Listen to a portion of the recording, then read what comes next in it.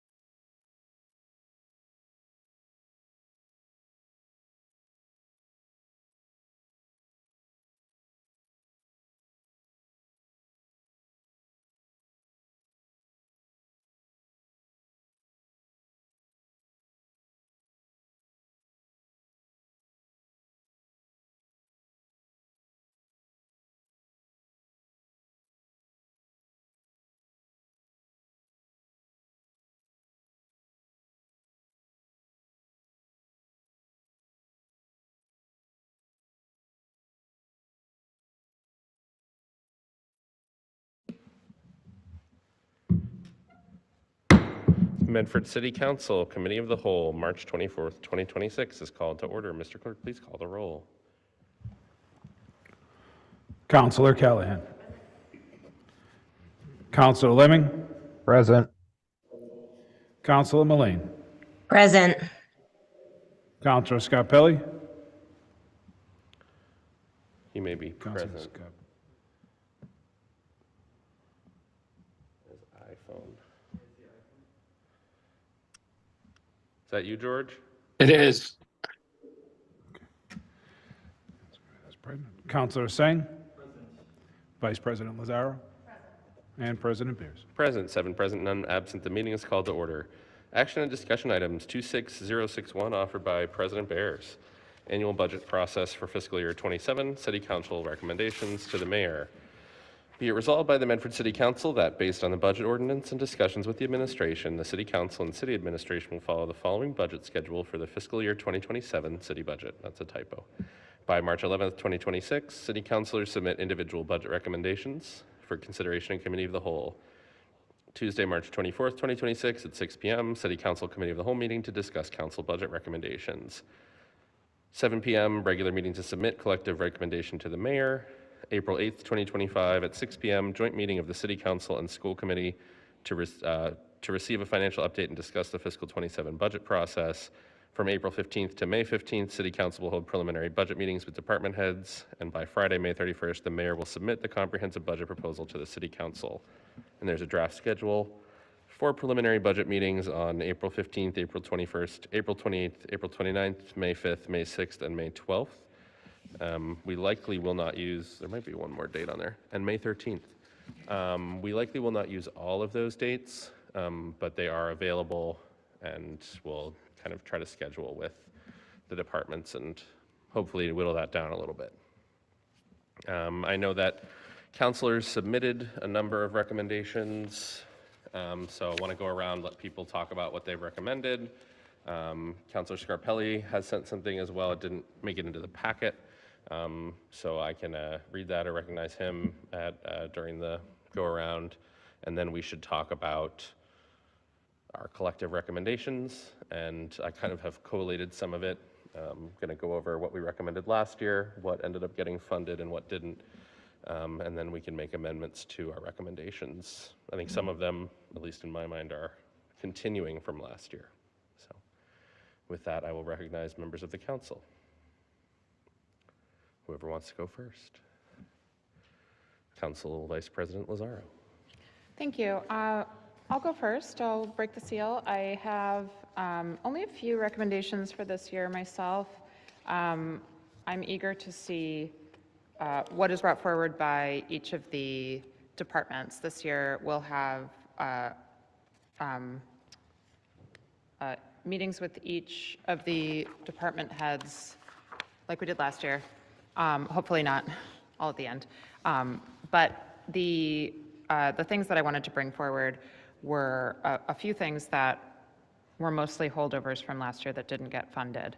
I learned just today that one of the items that I brought forward in my priority is likely unnecessary because they are already in process interviewing, or at least in the process of collecting resumes. I need to verify exactly where they are in the process, but collecting resumes for the traffic engineer position, which has been open for quite a while, a couple of years. And that was very exciting to hear about, but that was one of my priorities. I wanted to verify that it's always going to be a priority for me to fully fund the Medford Public Schools to the fullest extent that each of their department heads within Medford Public Schools has requested. That's always something that is a very high priority, and as we continue our ongoing conversations, we had a very long and very important Medford Comprehensive High School Building Committee meeting last night where we whittled down the choices of the designs, the preliminary designs from 29 to, I think it got down to like 6 or 7, I don't know, it was 11 o'clock. But long meeting talking about that last night. But as we discuss the possibilities for the new high school that will be getting built down the line in the next few years, we not lose sight of making sure that we're fully funding our school budgets and paying close attention to the operating, sustaining the highest level of educational funding that we can, and making sure that we're taking care of the kids that are in school right now.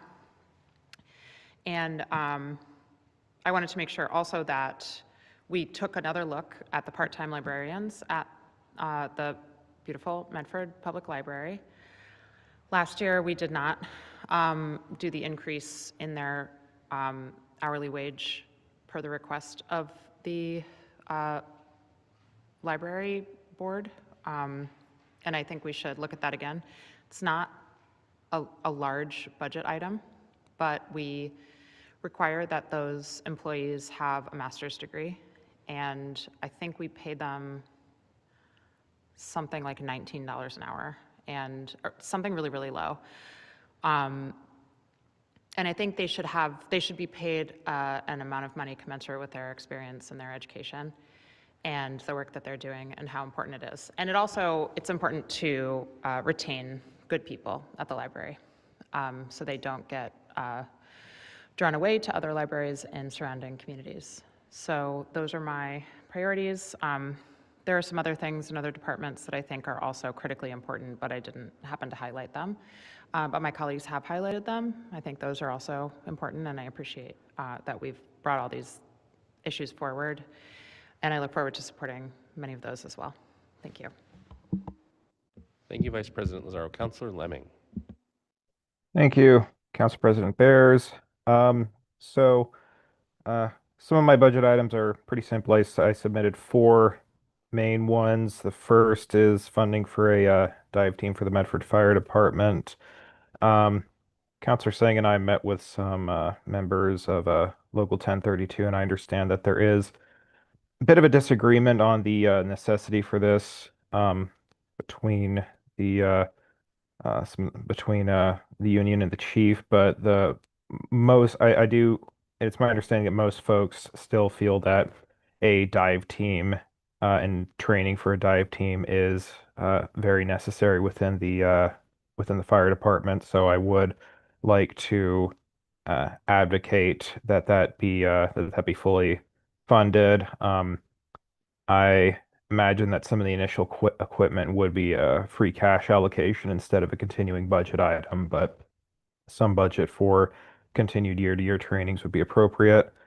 Additional positions within the clerk's office. So the clerk's office is fairly understaffed right now.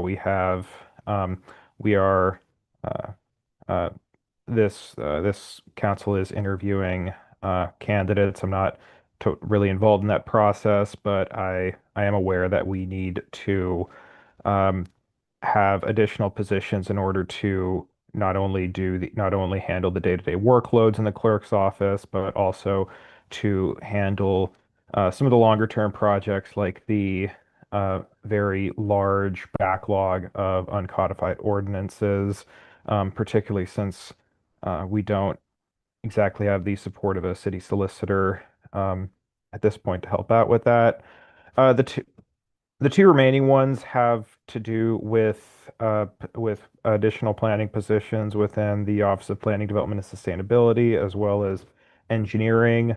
One of them sort of echoes what Council Vice President Lazara brought up about the need for an additional traffic engineer. I understand that there are additional engineering positions that have been open for a long time, and even if we do manage to hire one of those, then turnover and retention is always an issue. So I would like some input from both Owen and Tim on this one, but I would like to float the idea of taking a lot of these sort of forever open positions that we continue to budget for every year and consolidating them into a smaller number of positions with higher pay so that we can attract and retain more candidates and not have ourselves be continually understaffed and budgeting for positions that we either can't hire for or can't keep candidates for in the first place. And the I think that this last one, I'm not quite going in order, but the need for an additional traffic or transportation planner in the Office of Planning, Development, and Sustainability. I'm unsure if that would be, if that could also, if some of this could be handled by the traffic engineers being hired, but the Bicycle Advisory Commission did reach out to me a few weeks ago about just getting support for implementing the bicycle infrastructure master plan, and I believe they do need extra staff positions to sort of help see that through, advise them, and so on. And we also do need extra additional expertise within PDS focused on traffic and transportation, especially as we go through this rezoning process, because obviously parking and traffic in general is a pretty substantial, pretty substantial discussion item moving forward. That's all I got. Thank you very much for listening. Thank you, Counselor Lemming. Counselor Callahan. Thank you. I have 3 things on my list. None of them will be a surprise. The first one is about home sharing. Really, the things on my list are all things that if we can manage to put a little bit in our budget, it will save the city money. So this is why I put them on. I think that they are, really important in a cash-strapped city like ours. So home sharing is one, really with just a part-time of a single staff member, we can do the research to get this program up and running, and that will so many benefits for a very, very small amount of money. The second one is about properly funding our urban tree management plan. And then the third one, which is very similar, but it is just making sure to remove obstacles and fund the small amounts of money necessary to allow volunteers to plant trees, which will save the city a lot of money and allow us to, make efforts to maintain our tree canopy that we have and to re-green some of the most barren streets in the city of Medford. I do want to point out a couple of other things that I didn't make it into my memo. One is just the assessing department. This was in Councilor Tsang's, that we need to have someone, the funding in the assessing department, to be able to properly estimate our residential exemption. We have had 2 years now that the vote comes up in December as it is supposed to come up, and we're told that we're not allowed to vote yes, and that is not an acceptable situation for a city. We need to be able to make a vote on it, whether we approve or disapprove. But I think there are enough councilors interested in it that we need to take that seriously. So that needs to be funded. And then the other one is that I believe it is in the charter that the city council gets a legislative aid. It used to be called the messenger, city messenger. That position has not been filled now for a year and a half. And I don't actually know whether it is currently in the budget for that position to be filled, but that position should be funded. It's in the charter. It needs to be in the budget. Thank you. Thank you, Councillor Callahan. Councillor Scarpelli.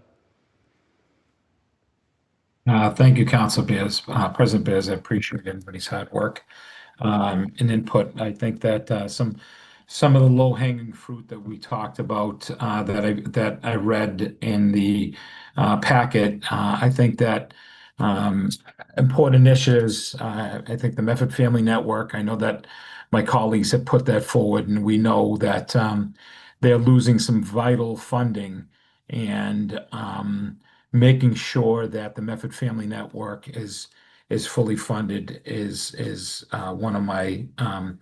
one of the initiatives that I'll piggyback with my colleagues. Another one that I really is focusing on, as we talked about the waste that we've seen, especially with the mayor's use of KP Law, is making sure that we're funding our city solicitor's office. And if it's to the point where we're not attracting candidates because we aren't bringing that level of pay to what's enticing, I think that we should really entertain that, because when we talk about wasted money, there's a lot that we're seeing that we're not being able to control out of our own city building, and outsourcing, and if not outsourcing, just easily settling on lawsuits because we don't have representation. Then the other piece is the piece that this council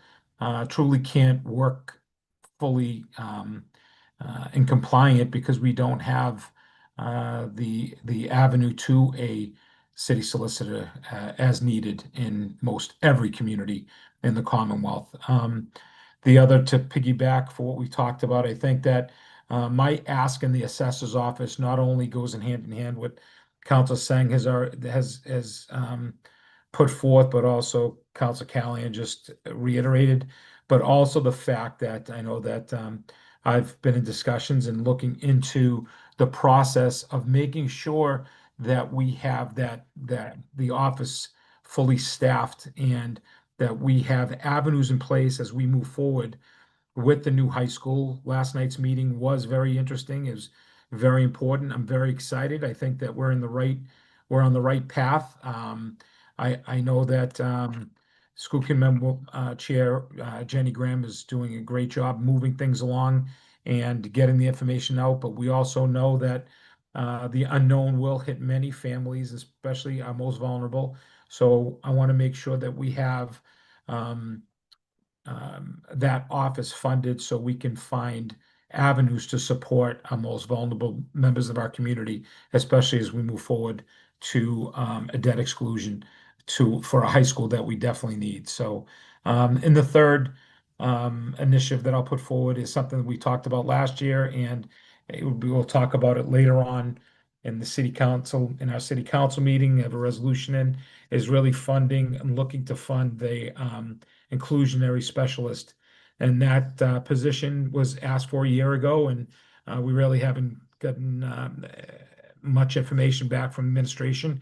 And residents have asked because as our residents, our special needs residents that are aged out of the high school program, find themselves with truly no support within the city for housing or job placement, or, as was put by one parent, just having a place where they can connect with the city of Medford, and the city of Medford connect them, so our special needs community feels like they're part of our community. So I think those are my initiatives, and I appreciate your time, Mr. President. And again, I apologize for getting that out today. I really thought I sent that out last week while I was away with my daughter, and I apologize for missing last week. To all my friends out there, family does come first, and my daughter was playing in a tournament for her college team, and my wife and I went out to support her. So, and again, today I'm off with the Massachusetts Conference of Recreation, Parks and Recreation. So that's why I'm not there personally again. So I apologize for that. Thank you. Thank you, Councilor Scarpelli, and we'll be sure to include your recommendations. Basically, I'll try to come up with a collective recommendation, but also we'll include every councilor's individual recommendations in our communication to the mayor and her administration. Thank you, We'll go to Councilor. You got it. We'll go to Councilor Mullane and then Councilor Singh. Councilor Mullane.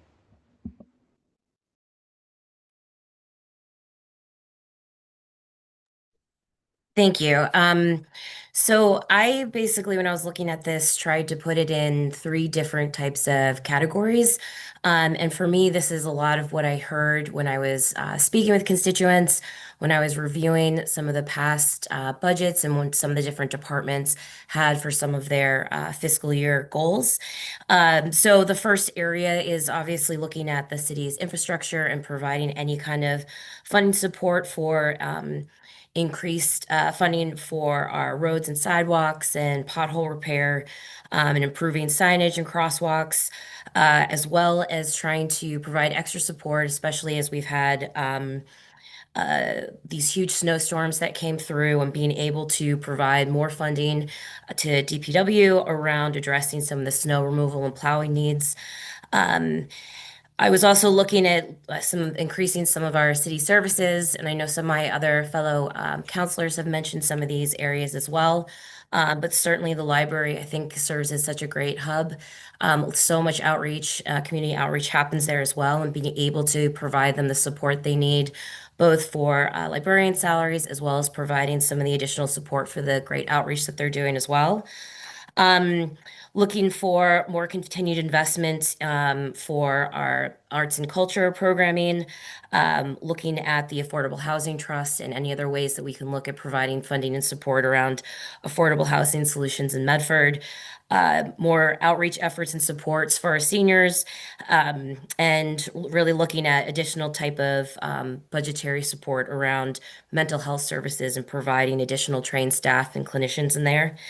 And the last piece of it, probably one of the most important, is the support of our children and families. So certainly meeting what the school committee needs for the Medford Public Schools, and echoing some of my other counselors as well around addressing any of the funding gaps for the Medford Family Network. So again, I think some of these echo a lot of the areas that my other fellow counselors have mentioned, and I look forward to continued conversations around the potential of pushing some of these funding priorities forward. Thank you. Thank you, Councilor Mullane. Councilor Singh.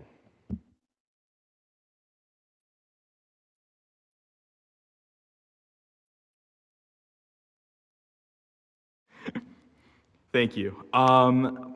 As usual, my memo is quite lengthy, but I like to take this moment to reflect on what we've been asking as a city council and what residents have been asking city council and city government to do over the last over the last 365 days. And when I think of this moment, I think it's important to note that our city does face a lot of challenges. I think councilors have alluded to it today. For a long time, this city council has talked about underfunding of city services that's gone back decades, underinvestment in the city. But we've also, as a city, made huge strides forward in terms of making record investments in schools and in public works. And it's time to keep that momentum up. We know that there are more challenges facing us now than before. There are federal cuts, there are tariffs, there's a war abroad that our taxpayer dollars are going up to. And so it's important for us to be really clear about our asks for city government, to make investments like Councillor Callahan noted that will reap great dividends for the city. And so the first kind of bucket that I've been thinking about this question in is how do we make our city government work better? And so I've talked to residents about establishing a grant writer or grant manager position. This is something that goes back years and is an ask I make of the city every year. within certain departments, that capacity is opened up, but we could do so much more if we write more grants, if we get more money into City Hall. Related to that, I think we should start thinking about building modern capacity inside City Hall, things like better data tracking, better online services, but stronger project management so we can actually move major projects forward more efficiently. And that's not necessarily a full ask for this year, but it's something, it's a direction I think we should be heading, and it's a conversation I think this council and the office across the hall from us should be having. And that ties into the need that Councilor Callahan mentioned for assessment department staffing to implement a residential exemption. As policymakers, we decide, oh, we deserve to have the chance to actually make a policy decision on an issue, not to be told when time comes that we can't vote a certain way because of the limitations within City Hall. And the residential tax exemption, we've heard arguments in favor and opposed, but it is something that the public wants us to genuinely discuss. The next kind of big bucket that I've been thinking about is the basics. How do we keep investing in safe and reliable infrastructure? And as always, this means increasing support for DPW, for engineering and facilities. We've made progress, but there's still a backlog, and residents do still feel it, whether it's in potholes or unclear markings or unsafe crossings. This is something that we hear from residents coming up to City Council meetings all the time. And so I do want to highlight a few things in particular. A lot of this is actually carryovers from previous years that between asks from myself and from other councilors as well. So implementing the Bicycle Advisory Commission's recommendations, with that, the traffic engineer position that we were talking about that I know Council Vice President Lazaro gave us an update about. Making sure we have the staffing to keep up with restriping and signal timing and repairs, and making sure we have the materials and equipment to do that work as well. I also do want to emphasize snow and sidewalk plowing, as Councilor Mullane did. We've seen over the last few months how important investing in it is, and I think sometimes because we don't have the harshest winter, it's not always on our radar. And because budget season comes in the spring after those storms are gone, we don't always have those conversations on the City Council about what types of equipment we need to modernize our snow fleet in the city and to make lives easier for residents who are just trying to get to work or trying to get back home. And we talked at the last City Council general meeting about the urban forest management plan. That's something I know councilors are very excited for. We should start preparing for that because, you know, it's too easy for a plan to just be words on a piece of paper kind of shoved into a corner. We need to actually make sure we're executing it as a city. And so I'd like to see in this budget clear steps forward about how we're actually going to implement that plan. On public safety, Councilor Lemming already noted it, but I wanted to highlight the proposal for a fire department dive team. That this comes from conversations with the fire union. And, you know, we are a city with significant waterways that people actively use. We've had tragedies before, and having the capacity to respond to those emergencies is a real gap that we can choose to address as a city. And at the same time, through those conversations, it's become, you know, a point that was made really clear to us was that our fire stations themselves still need continued repair and investment. And as we build operational capacity, we can't lose sight of those longer term capital needs as well. Another major theme in my memo is making sure our city truly does work for everyone. And through conversations with residents, especially residents with disabilities and their families, we have identified clear gaps in access to city programs. It's not a new discussion. We had this discussion last year during our iteration of this meeting. And that's why I would support funding for the same asks as last year. Therapeutic recreation specialist, a recreation office manager, and as Councilor Scarpelli so eloquently talked about before, an inclusion specialist for the city too. I think these are positions that really make a difference in whether people can actually participate in community life here in Medford. I think various councilors have noted the need to stabilize funding for the Medford Family Network. My understanding from talking to them is that they are going to be talking with the mayor early next month, that they've had discussions with the director of finance and with the school superintendent, but they would appreciate our support as the council moving forward as well. And of course, some of my asks remain the same, like maintaining funding for the community liaison program. So that's, I think it's a real jewel that Medford has, and particularly in this moment when we're seeing an attack on immigrant rights, it's a really important connection we have to marginalized folks in the city who don't always feel safe accessing city services, or who just aren't really always in the loop about city services. And that includes ways that they can save money and contribute to helping the environment here in the city as well. One thing I didn't put in this category that I think is an ask I've made from this chair before is investing in restroom facilities for public parks.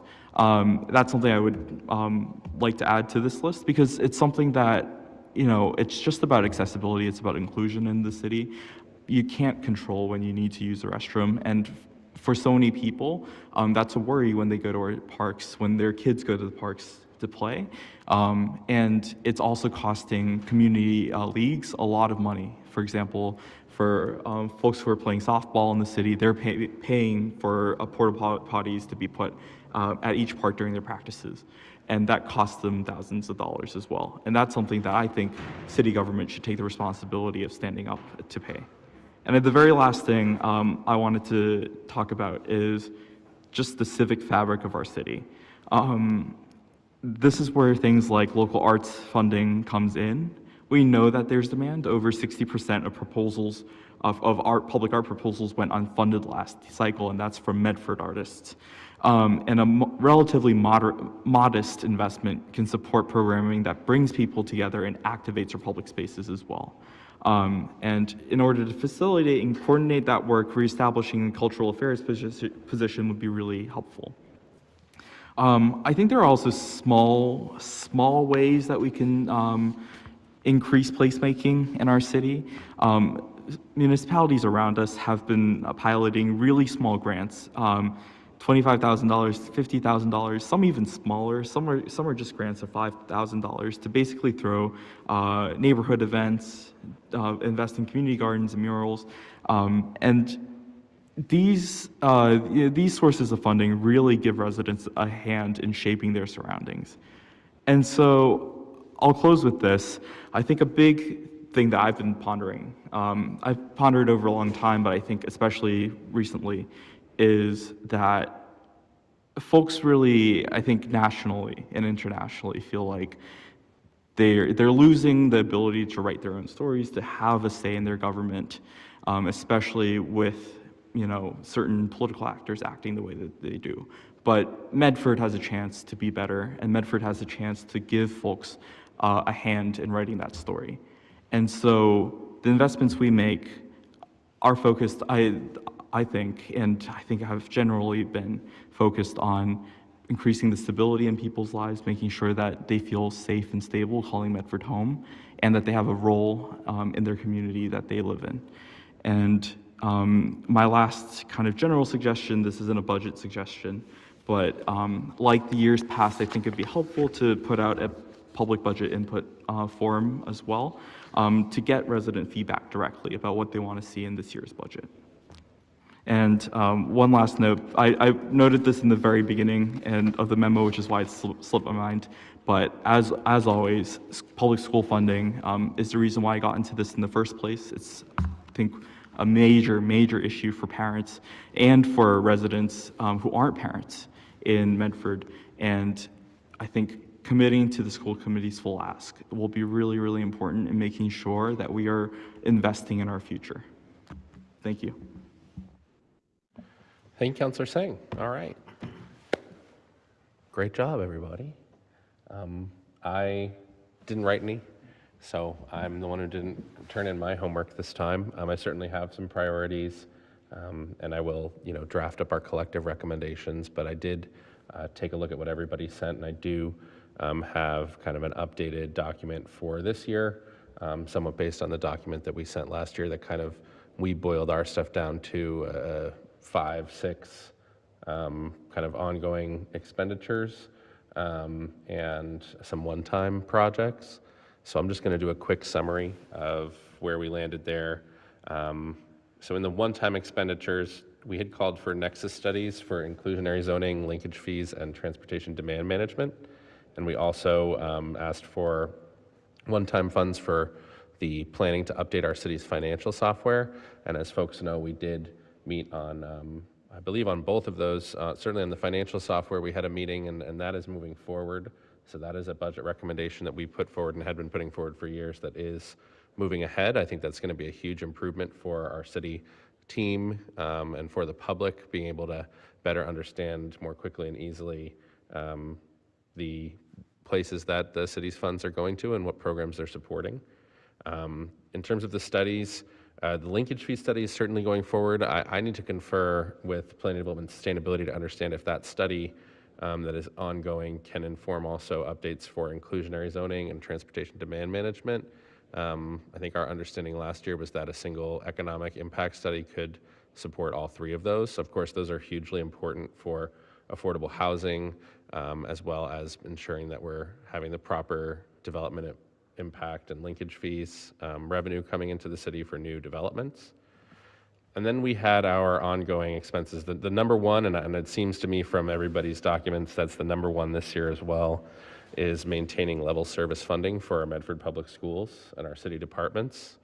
So meeting the school committee's budget request, the library trustees' request, and keeping our city departments funded at the current service levels that they're funded at.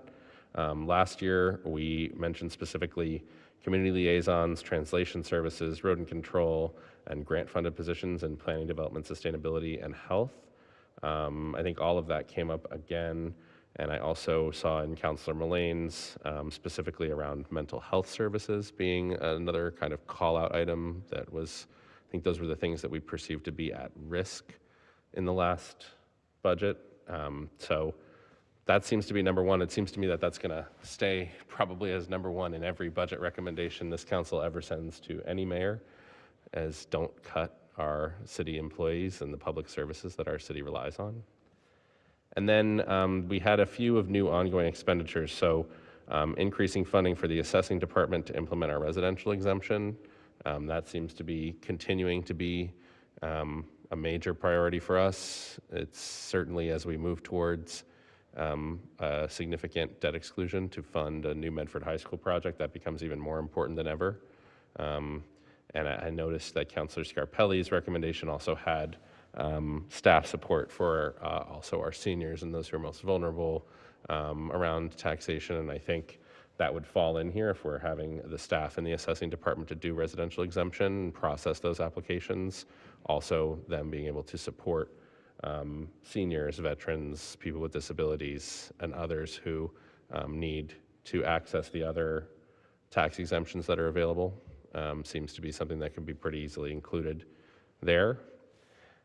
Our last year we had increasing funding for DPW engineering and facilities for street repair, safety, tree planting, and capital improvement. That's back here again. I've made some adjustments to kind of highlight the urban tree management plan and allowing volunteers to plant trees, as called out by councilors Sang and Callahan and Mullane, snow removal, and I put my own 2 cents in there, which is, making sure the city has resources for that, and we had our first big winter in a few years, and I think folks would have liked to see, some adjustments, and I know that there were some hard procurement issues, and there weren't as many people who were available, contractors available to plow snow this year, so I understand some of the difficulties that our DPW had. But I also would like to see us move forward on the plan that we did. I worked on with Councilor Marks 5 years ago on priority sidewalk and bus stop clearance, which I think is a huge issue. We've received many communications during the storms about folks who regularly, no matter who they are, age, ability, couldn't get to the bus or get down the street. That was a huge issue this storm, so I'd really like to see some of that move forward as well, or at least come back into the conversation.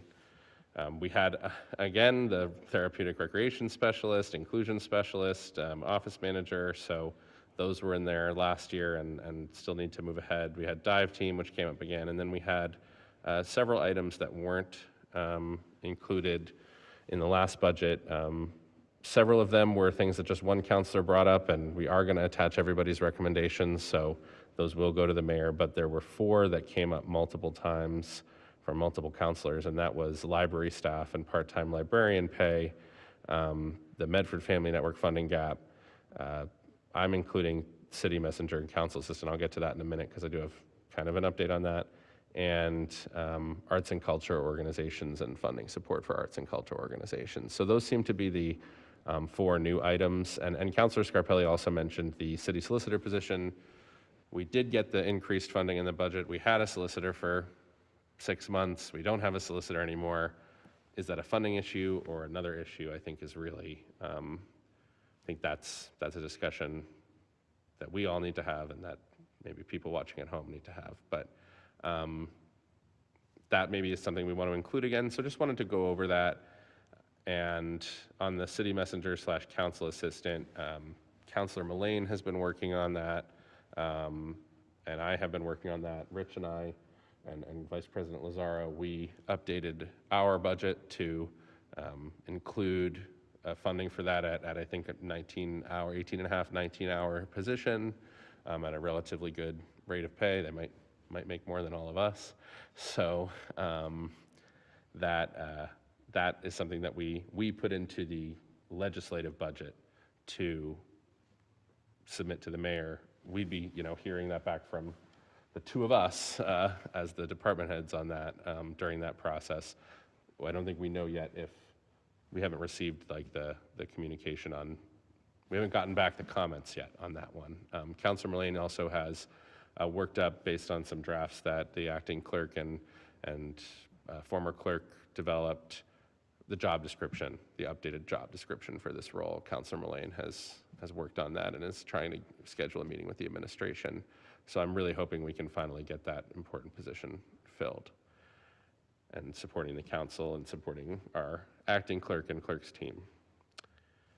That's my monologue. I have some suggestions for how we want to move forward, but I think there's also maybe some folks either on Zoom or here who might want to speak to recommendations they might like to see the council make. So we could hear from folks. My plan essentially is to update this document and include keeping many of the items that we had as priorities last year that are priorities again. And then I'm trying to my best to incorporate those 4 new items that multiple counselors had identified, specifically the arts and culture funding, the library staff and part-time librarian pay, and the Medford Family Network funding gap, and then to submit that to the administration as our recommendations for this year. So that is my overall plan, and we can decide after we hear from members of the public whether we want to essentially have me write this up and send it out, and then we can review it on an upcoming agenda, or if we want me to draft it, come back for comments, and then send it out. I'd like to get it out sooner than later, but if we want to do this in 2 weeks, or figure out if we can get a committee of the whole or something scheduled between now and our next regular meeting, just for a last look, or even maybe something through the clerk, like people can send their comments back, something like that, then I think those are all viable paths.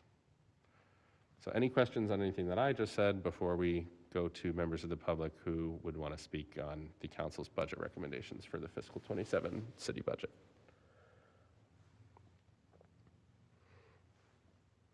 All right, seeing none. Are there any folks either on Zoom or here in the chambers who'd like to speak about the city council's budget recommendations? Great.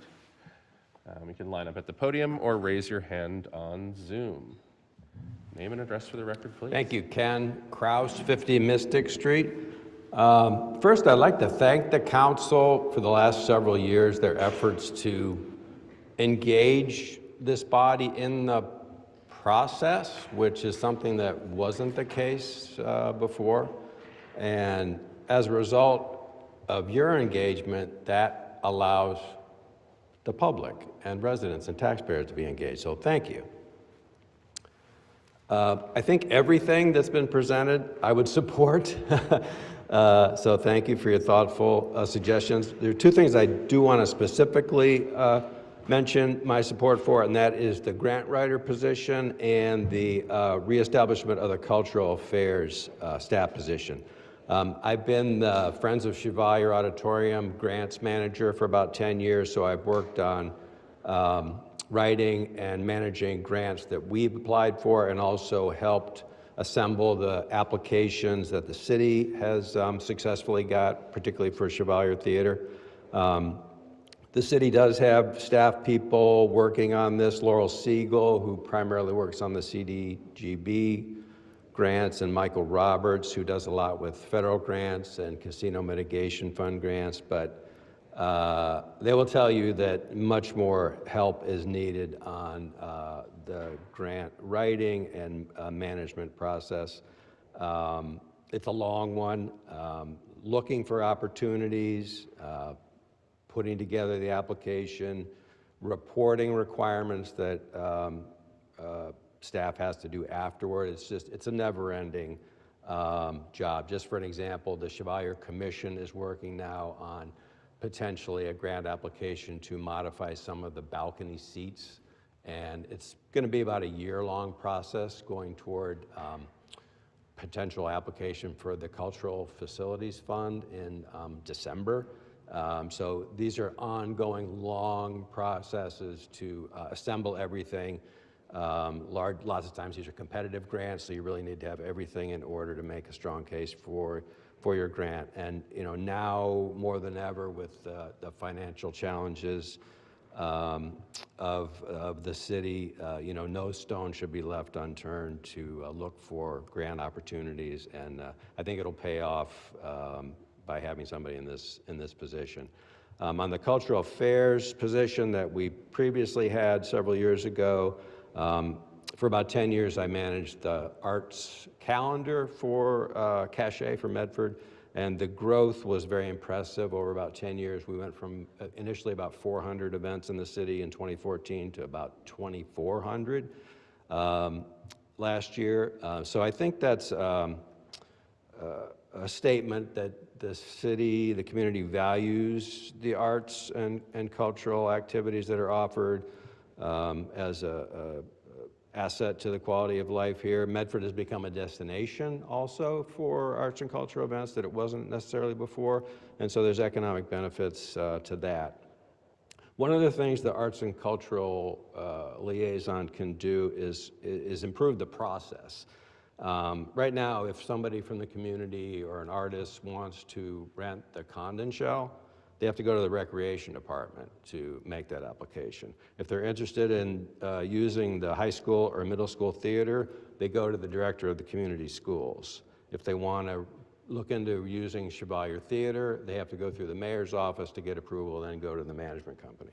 If they want to have a concert or an art exhibit in the parks, they have to go to the park commission to get a permit. So those may still be the avenues you have to take, but if there's a single initial point of contact, the arts and cultural liaison, it would help people get through that process and hopefully succeed and not be deterred because it's so complicated and so difficult to navigate. The other thing one thing that came out of the Arts Summit that Cachet had in 2024 was it would really be helpful to have a volunteer opportunity clearinghouse in the arts and cultural area. I think one of the recommendations here alluded to that, but a place where people could find opportunities, both city boards and commissions, but also every nonprofit that I'm aware of in the city is looking for volunteers. So if you could have that in a single place where people are new to the community, where community organizations can post that information in a place that's widely visible, that would be helpful.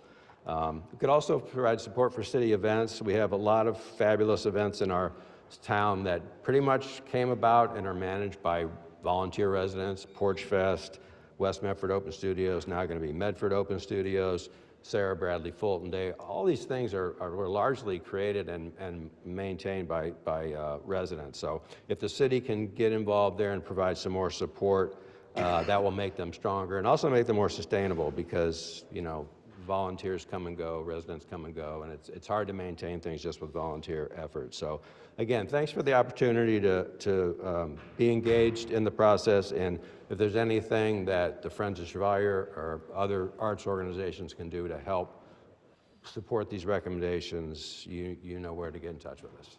Thank you. Great, thank you, Ken. Is there anyone else who'd like to speak on the council's budget recommendations for fiscal 27? All right, we have Susan Altman on Zoom. Susan, name and address for the record, please.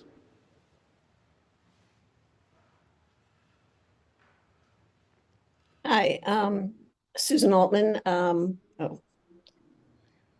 Address is 201 Winthrop Street.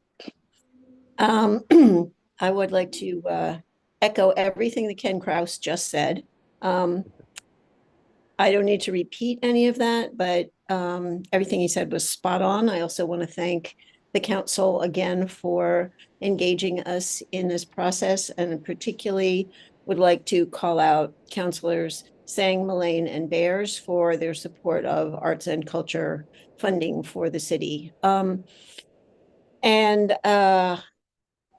The one thing I do want to say is I want to echo what Ken mentioned about the economic importance of arts and culture in a city, and to point out that any expenditure that the city would make through funding a part-time or other arts and culture liaison position for the city could be easily paid for through a grants administrator position without doing a whole lot of work. It would pay for itself, I think, pretty easily and fairly quickly.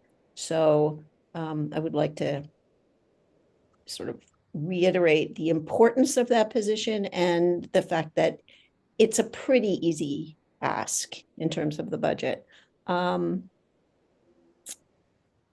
I think that's, and one point in favor of that from the city's point of view and from my point of view as the president of the board of the Arts Collaborative Medford is that city support goes an incredibly long way in applying for outside grant support, and considering how many granting opportunities have disappeared in the last year, it's really difficult going forward to get good grant money without the grantors seeing that the city supports what we are doing. And one of the primary ways in which the city can show that support is by making space in the budget for some kind of arts and culture support for the community. That's about it for me. Thank you very much for letting me speak. Thank you, Sue. Is there anyone else who'd like to speak on the city budget recommendations?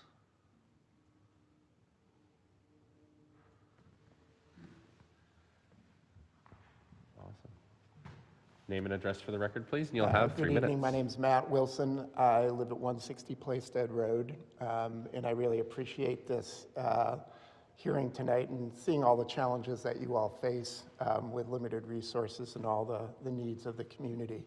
I just want to speak from a personal perspective from a relative newcomer to the city. I've lived here for about 3 years now, and the one thing that has really welcomed me into the community and provided me opportunities to build community as the arts and creative community.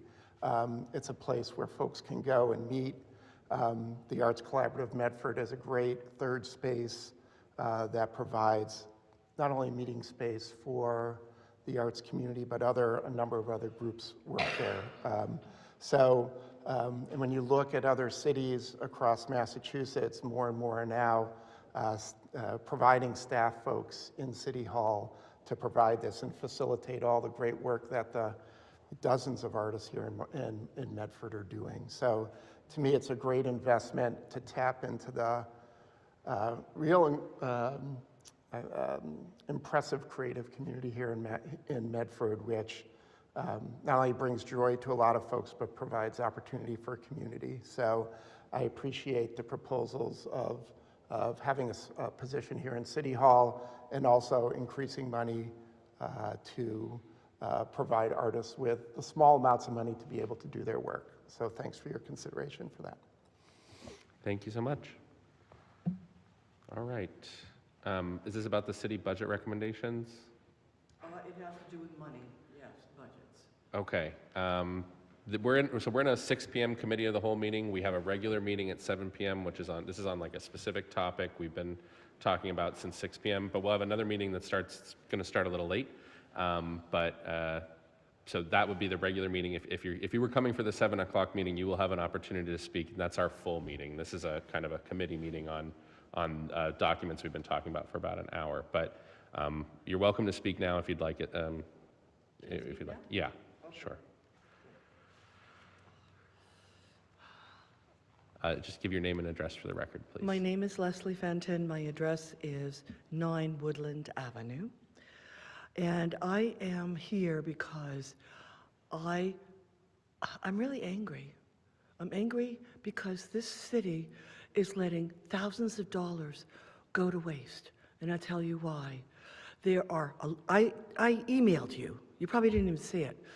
There are illegal Airbnbs. There's one in my neighborhood. And I have all the paperwork proving that this woman owns 5 Airbnbs and they are not, she's claiming that they're residences. She doesn't live in any of them. And the big one is on King Avenue, she bought a house. She doesn't live there. She has a guy take care of it. He doesn't even live there. This is a huge problem in this city. There's over 300 Airbnbs, okay? I'm willing to bet that at least half of them are illegal. That's a big deal. That's thousands of dollars in fines a day. Now, in particular, this woman on King Avenue, I have her deed. She lives in Cambridge full-time, and she homesteaded this place. It's completely commercial. So what she's avoiding are the taxes, the bed taxes, the commercial taxes, the bed taxes. She doesn't have any, there are fire regulations, and there are oh my God, a few other regulations that she has completely skirting. And she's skirting these on all her properties here. What can we do? Why can't the building department, do something about it? I spoke with Mike Malerba, and he just gave me some fake, legal jargon that says, oh, she can do this. No, she actually can't. I have proof. I even have her damn deed, and it's homesteaded. You can't homestead a commercial property. This really needs to get taken care of. Thank you for bringing this to us. We passed an ordinance, but you've probably read, I'm guessing. It seems like you've done quite a bit of research on this. Yeah, I've got pages of research. Yeah. Printed. Our ordinance only allows folks to have a short-term rental, such as an Airbnb, for 90 days a year, and they have to otherwise live in the property. So if That's someone right. is violating that ordinance, then certainly the building department is able to enforce our city ordinance. So They're not doing it. I hear you. And so I haven't seen your email yet. I will look for it, and I will work with you to get the information that you've collected and work with our building department to make sure that folks are enforcing the ordinances and that everyone is following them. So I can work with you on that. It needs to get worked on because it's thousands of dollars. Yeah. And our taxes just went up like whoop. Am I wrong? I mean, a number of people have worked with us about short-term rentals in their neighborhoods when they see someone who's not following the rules. So we should definitely be able to work with you and help with that. It's not just my neighborhood. It's all over Medford. I hear you. So, You know what else they're doing is they're taking homes away from people who actually want to move here, live, and raise their kids. Yeah, that's one of the reasons that we That's passed. huge. That's one of the reasons that we passed that ordinance. So, you know, we have had enforcement successes. It sounds like that we haven't had that here. And you're right, we do need to make sure that everyone who's using Airbnb is following the rules that we have as a city for it. So Well, how can she have 5? Tell me. I- Just answer this question for me. I And mean, how do you I don't live? have the answer to that question, I have but the proof, and I'm going to give it to you tonight. great. I will, you know, we're going to wrap up this committee meeting, and I think we're all happy to work with you to make sure this gets addressed. Okay, so can I give you my paperwork? Yes, you can. Anna might be closest to you. Right. Is there anyone else who would like to speak on the city's budget recommendations? All right. Do we have a motion on the budget recommendations to refer them to our regular meeting?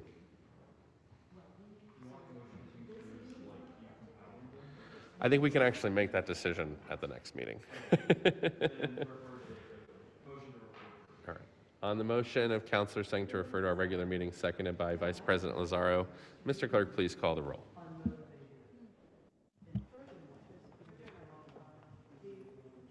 She'll get there. Counselor Callahan. Just roll call for the refer to the regular meeting.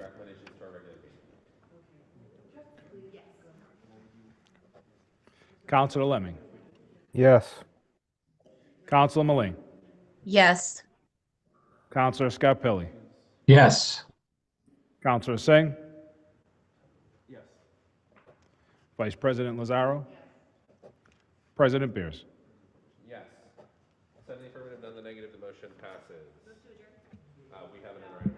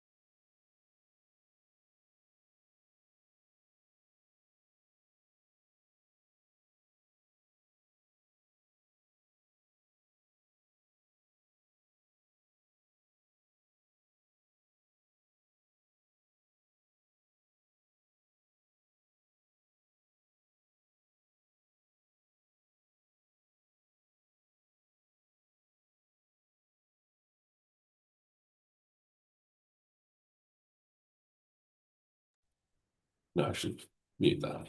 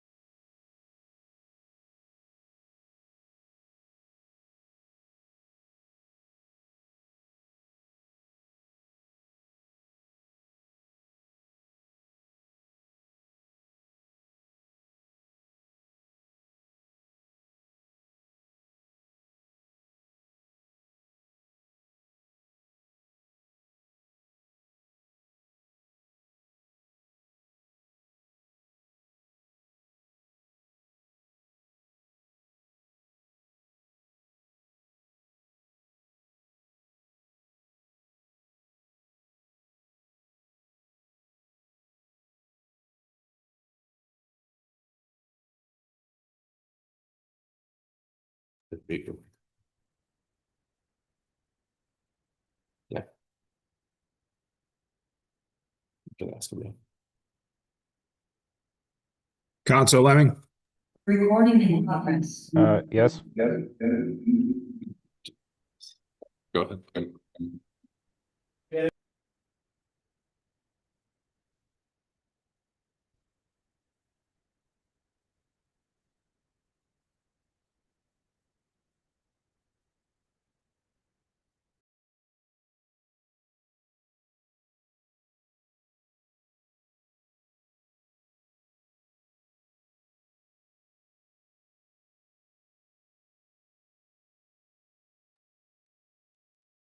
Yeah, what's going on? We're not hearing anything on Zoom.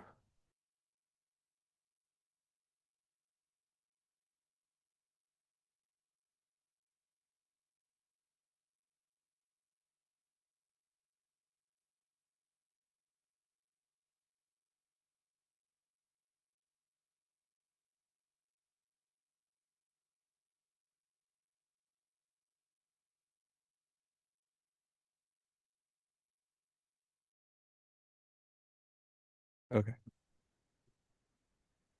Counselor Lemming? Oh, I just heard you call my name. I'm not hearing anything on Zoom. So we have a motion to enter executive session and adjourn from there. Counselor Callahan has voted yes. Yes, yes. Okay. Counselor Lane? Yes. Counselor Scarpelli? He's gone. He's gone. Counselor Singh? Vice President Lazaro? And President Beers? Yes, 6 in the affirmative, 1 absent.